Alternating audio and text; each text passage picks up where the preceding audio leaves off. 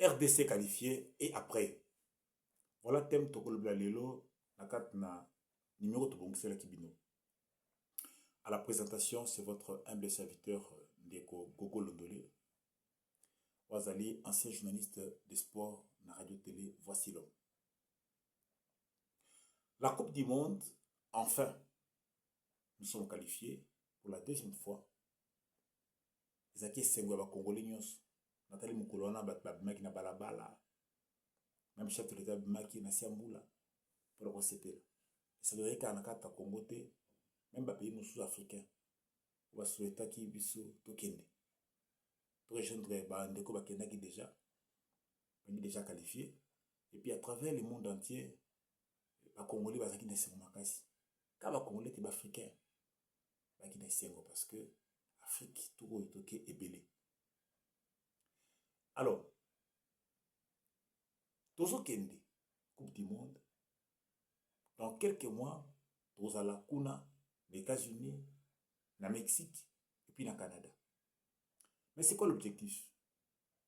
Est-ce qu'il faut Tokende pour la simple visibilité? C'est pas 4 répètes Tokende la Coupe du Monde. Pour la simple visiter tout le monde dans la CAC. C'est d'ailleurs la première nation noire et Afrique. Tokende la Coupe du Monde. La première nation noire, ils allaient à Kabisote, Haïti. Haïti, bon, ils sont en Amérique latine. Mais bis sur l'angam, on a bis en Afrique. C'est la première nation noire africaine, Tokende Coupe du Monde. C'est un cas Tokendaka. Mais oui. Mais juste pour la simple visibilité, pour là tous les 3 matchs. Tout le temps, contre Costa pour la 2-0, contre Yougoslavie pour la 9-0, contre le Brésil 3-0. Est-ce que tout est pour la simple visibilité? Les acquisitions faut tous mitomitouna. Et bien, allez, oui, tout ça qualifié. Est-ce que tout faut qu'il y ait pour la tout souhait pas tout zone? Niveau Congolais aux là, aider la mondiale. Est-ce que ça n'a esprit ou non? Ils ont faut se poser cette question. Si tu vas jouer bateau, va au Beta. Représenter Mboka, ambassadeur RDC dans la Coupe du Monde, va jouer ou est-ce qu'il faut qu'il y ait quelqu'un pour se récupérer besoin de non, tu peux mondial, mais tout ce qui te la besoin. Est-ce que c'est que les Congolais attendent de vous? Ils ont un go. Voilà la deuxième question qu'il faut se poser. Il y a mis ça. Est-ce qu'il faut que vous ayez une Coupe du Monde? Il y a des Congolais qui mais vous avez c'est pour votre news. Dans votre le Congolais c'est pratiquement impossible. Quand vous avez l'équipe et sa facilité. Mais moi, qui vous parle, votre humble serviteur, je vous dis que c'est possible. Parce que nous avons quand même pas réfléchi, qu'on se voit 12 secrets, Oyo, et ce qui est que Tchama, en G pour la RDC, RSC, Explore. Et ça facilité, mais ça pas impossibilité. Moi, je crois qu'avec 12 secrets, nous avons sali. Ceux qui pensent à l'autorité, à cœur. Je pense que tu connais Explore. Et quand je parle des autorités, nous avons premièrement chef de l'État parce que c'est un premier sportif. Ceux qui comprennent les amis, fierté d'avoir été. Il aura de félicitations partout. Parce que la Première Nation, plutôt Première Nation et Afrique, tout la Coupe du Monde. L'histoire de la Coupe du Monde, et Afrique, ils ont mondialité. Le premier pays, qui a 8e de finale, c'était le Maroc en 1986. Le premier pays africain comme dans le quart de finale, c'était le Cameroun. En 1990, en 2010, c'était le Sénégal. En 2010, c'était le Ghana. Première nation africaine et comme à niveau à demi-finale et Iraki Maroc. C'est déjà toujours matin. Mais pourquoi pas la première nation africaine peut remporter? Pourquoi pas? Et vu que ce n'est pas facile, c'est très difficile, mais ce n'est pas impossible. Voilà pourquoi j'avais conçu 12 secrets. Donc, fierté, vous avez d'abord un chef de l'État. Et puis, vous allez payer un ministre de sport parce qu'il y a une charge de sport. Il y a beaucoup de choses sur tous les plans. Alors, ce qui va nous secret dans le président, n'achète l'État le ministre de sport, nous avons en main, nous avons à cœur, nous avons pour le Bélabambo. Qu'est-ce qu'il faut? Parce que jusque-là, dans 5 émissions, on a 3 chaînes.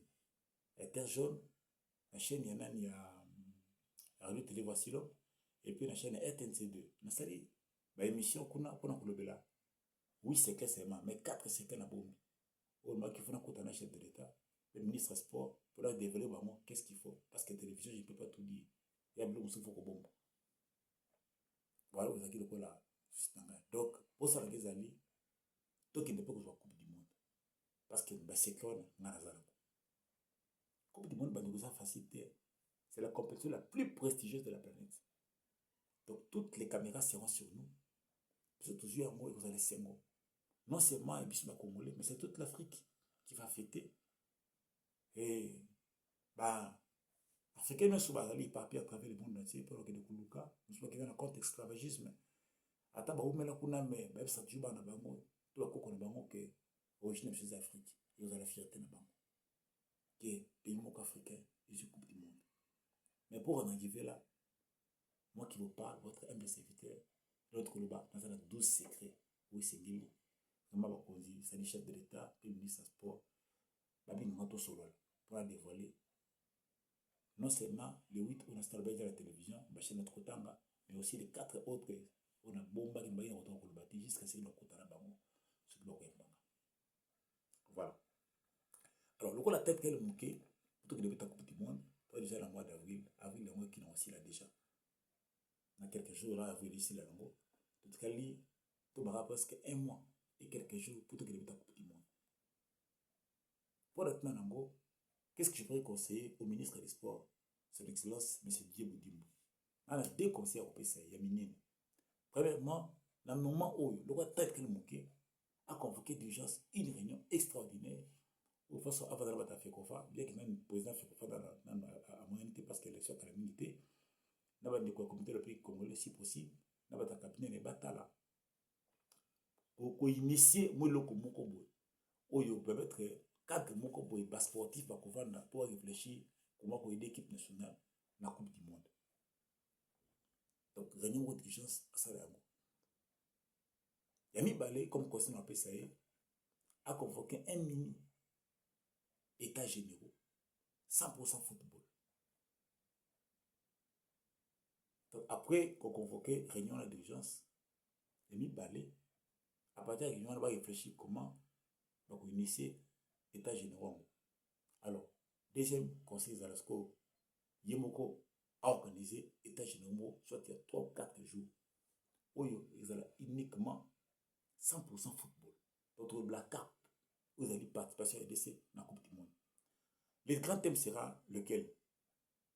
Comment permettre à la RDC de réussir sa deuxième participation à la Coupe du Monde? Donc, nous allons avoir un grand thème où vous allez exploiter la mini-état généraux. Donc, je vous à la sorte de 3 à 4 jours. Parce que tant ils ont manqué pour ne plus que la Coupe du Monde. Alors, vous allez ascender la phase. Première phase, vous allez dans des techniques. On ne parle que de la technicité de l'équipe de son abisso. Dans la matière technique, j'allais dire. Qui seront des participants? Anciens léopards. Il y avait différentes générations. On va sélectionner, on va sélectionner. Il y a 68, il y a 74, ainsi de suite. On va sélectionner quand même. Anciens léopards, on va revenir, parce que qui était bébé. On voit quelques léopards de différentes générations. Anciens léopards de différentes générations. Qui seront des participants encore? La carte na Ouzali. Première phase sur le plan technique. Ancien coach, il y a léopard. Journaliste expérimenté, et même nouveau jeune journaliste qui réfléchir très bien. Arbitre expérimenté, direction technique qui a fait quoi, bien que non président limité. Direction aux équations, affaires courantes.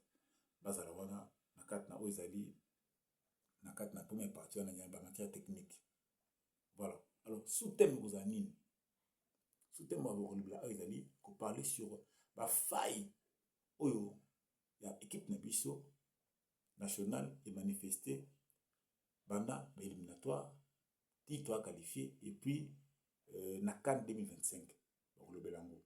Et puis, sous thème sport le soumis en matière technique, qu'on analyse 12 secrets au Nanazanango pour notre aider les léopards.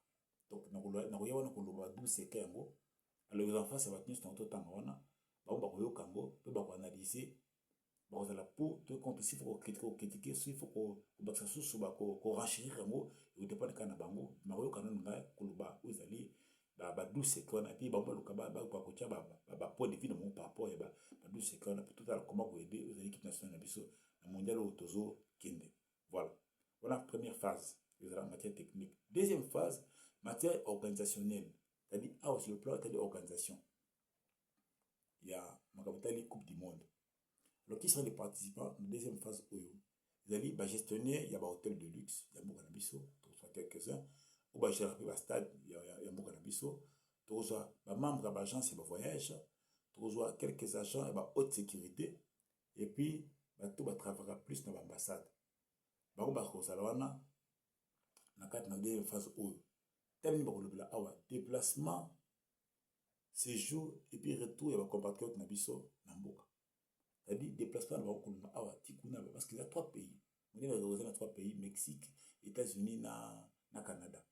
Alors, ces jeux sont nimi et puis pour le moment kuna pour nous ah ezala ndenge nini kota lango donc ezala na cadre na ya ezali na ni deuxième phase wana et puis eloko mususu initiative mususu kambuya allo ministre na kati ya relation kambuya allo ministre c'est-à-dire quoi ah ouais ezala nini ministre akozala soit na espace mo na RTNC pour na kolobela makambo etali information sur etali voyage ya ba compatriotes pour dans souci okende ko prendre part na coupe du monde. Il aura soit une émission et vous allez soit une ou deux fois ou trois fois par semaine oyo ministre et moi en solana population. C'est-à-dire qu'on peut faire formation pour la voyage, les séjours, il y a Congolais, comportement, il y a Congolais, il y a Bamboka, nous sommes mis à toi. Il y a formation Bamboka. Koyeba, Bamboka, on va faire comment vivent les populations, il y a Bamboka. Puis la formation sur l'île, Nathalie, voyage, peu déplacement, pour la bataille sur souhaiter qui ne vont participer à la Coupe du Monde. Donc, il dépend de quand le cabinet ministre sous les airs, pour le mot par semaine, deux fois par semaine, trois fois par semaine, pour que la population soit suffisamment informée pour la bataille sur la situation de Coupe du Monde. Troisième phase est concernée par tout à dire côté animateur, côté communauté de soutien au léopard, allez-y le léopard. Donc, wana va participer au Savandani, dans la troisième phase, wana, plus par dirigeant, il y a différentes structures, wana, ça qu'on est content. Et puis, quatrième phase, ça concerne l'église. Là, on s'est la paix, pourquoi pas, un ministre passe au temps sonant quelques serviteurs de Dieu par rapport à telle participation à la Coupe du Monde. Alors quand il y a quelques serviteurs de Dieu, bon, on sauté, il y aura quelques-uns, mais surtout au bazar crédible. Au bazar la réputation m'a bête, au bazar crédible. Et puis au bazar, la monde notion à football, on va aider le part de Misso, la Coupe du Monde, on peut ça commettre un point de vue d'Abango, plan pour aider l'équipe nationale de Misso. Alors, en conclusion, dans le Baka Aboye, les alignes de partie à assise, c'est-à-dire mini état généraux pour ça 100% football, ne et vous permettre Bisso, comment dirais-je, pour décider sur le nouveau staff technique qui est dans la RDC dans la Coupe du Monde. On est allé point de vue nanga. Et puis, Jean va match à Mikonin. Où est-ce qu'on est tout le pays, il faut être bango parce que donc il y a compétition à haut niveau, très haut niveau. Alors, l'équipe il faut être dans soit par club, tout l'équipe nationale il prend pas dans la Coupe du Monde pour l'équipe nationale une équipe aguerrie. Et puis, quota là, présélection de nouvelles figures. C'est vrai que quand on a une RDC se comporte, est-ce qu'il faut regarder comme un joueur? Est-ce qu'il faut battre un joueur? Et puis, il faut battre quel genre de joueur? Donc, c'est aussi important. Pourquoi je dis ça? Parce que FIFA et Moko, après 6 délais, au plus tard, le 13 mai, dans chaque sélection où il participe à la Coupe du Monde, et puis sa liste soit il y a 35 ou 55 joueurs. Nabango. Après ça, FIFA, ça va jouer déjà. Et puis, il y a des que libération va jouer à partir du club, dans club, il va partir le 25 mai. FIFA, ça va ça le que non. Avant le 1er juin 2026, les listes définitives, il y a chaque équipe Ekobima. Vous avez alors pourquoi je dis que pour ne plus RDC, il faut tenir compte de Kamwana, c'est-à-dire de nouvelle figure. Est-ce qu'il faut garder qu'il jouer Wana Kan? Tout faut battre la nouvelle figure. Et si vous battre la jouer, il va battre ça. Donc, tout sera discuté à partir de 6 wana mini état général 100% football si dans le domaine c'est-à-dire matière technique ndenge ndeko ba kofanda ba réfléchir par rapport à yango. Donc voilà un peu ce que je pourrais renchérir par rapport à Kambouana. Alors c'est ici aussi à partir de 6 et vous avez nini en fait ma consigne au sélectionneur pour jouer et vous allez décider, c'est-à-dire sélectionneur va maintenir pour la tina ce que ça décide problème vous êtes ce que ça décide peut-être tout coach mususu il vous dépend de quand ba on est pas décider na n'importe quoi ba 6 wana ce que ça décide na staff technique mais soit regarder quand même staff technique wana problème ce qu'on a bouger tout pour ça quelques éléments pour ba mususu makasi problème vous êtes mettez que ba consigne au sélectionneur pour jouer pour nous aider à la performance dans la Coupe du Monde et pour ta partie il y a 6 on attend on va le d'autres techniques voilà et puis na carte ba 6 on est pour parler puis comme vous dit gens et encadrement au fola ko procurer la jouer na biso après un exploit quelconque tout ba supporter na biso on les a beaucoup ba pa ça Congoté et de ça qu'on a l'exploit to gagner oui to gagner match de même équipe de Royal Portugal toute l'équipe nous jouer le Brésil l'Argentine tout ça mais après d'explorer il faudra m'encadrement que ça pour le supporter la biso et puis pour nani pour le jouer la biso pour que dérapage ça le matin et surtout tant que tu peux le ba métique voilà ba métique ba net moi chaud alors surtout gagner exemple tout le monde payer organisateur moko comment se comporter dans mboka wana parce que c'est à Congoté donc encadrement nous soit et que le ba partir ba a 6 wana tout ça pour éviter ba dérapage parce que c'est beaucoup campagne outi musika tolumba auto keti kuna zamo ko pa do faut ka ça sécurité na ba so uta na ba diaspora ba uta pas d'autres pour participer na coupe du monde donc quel genre d'encadrement faut couper ça ba tout et vous allez décider à partir de 6 tours mini état généraux on a trouvé 100% football. Alors moi personnellement na ko senga na mbokozi mboka premier jour à 6 wana ceux qui ont 3 ou 4 jours premier jour à 6 wana chef d'état na sepela azala wana pour na koyoka ndeni makambe kopesa d'abord pour appeler ça go na ba 6 wana et puis koyoka surtout ba 12 secrets au mari na ba kolobela devant bandeko nyoso wana ina osenga dernier jour ya ba 6 wana oh tomba opesa ba résolution oui c'est pour la équipe nationale na biso chef d'état passe à la wana dernier jour avec assister koyoka quelles sont les résolutions qui seront et comme conclusion pour la aider vous allez équipe na biso nationale quand il y a coupe du monde tous à l'angle. Donc voilà ce que je pourrais vous dire par rapport à terme exploiter les lots aux alliés RTC qualifié et après. Alors pour tout contact, votre MLC invité contacte les amis plus 243 81 27 177 31. Sur Binga ou Gouzouanga Moukou, soit vous avez un message dans WhatsApp au cas où on a en ligne. Voilà. Donc votre MLC invité, Norman Bandeli, de Gogo Londolé, analyste footballistique et puis journaliste. Ancien journaliste, il y a sport. Kolo Apambola Bino. So pour ça, il dit que ko pesa ko de ka o mana sana mo ezana bete ezamboka biso to edimboka. Après ça, quelqu'un là to edimboka. Occasion yango. Que Dieu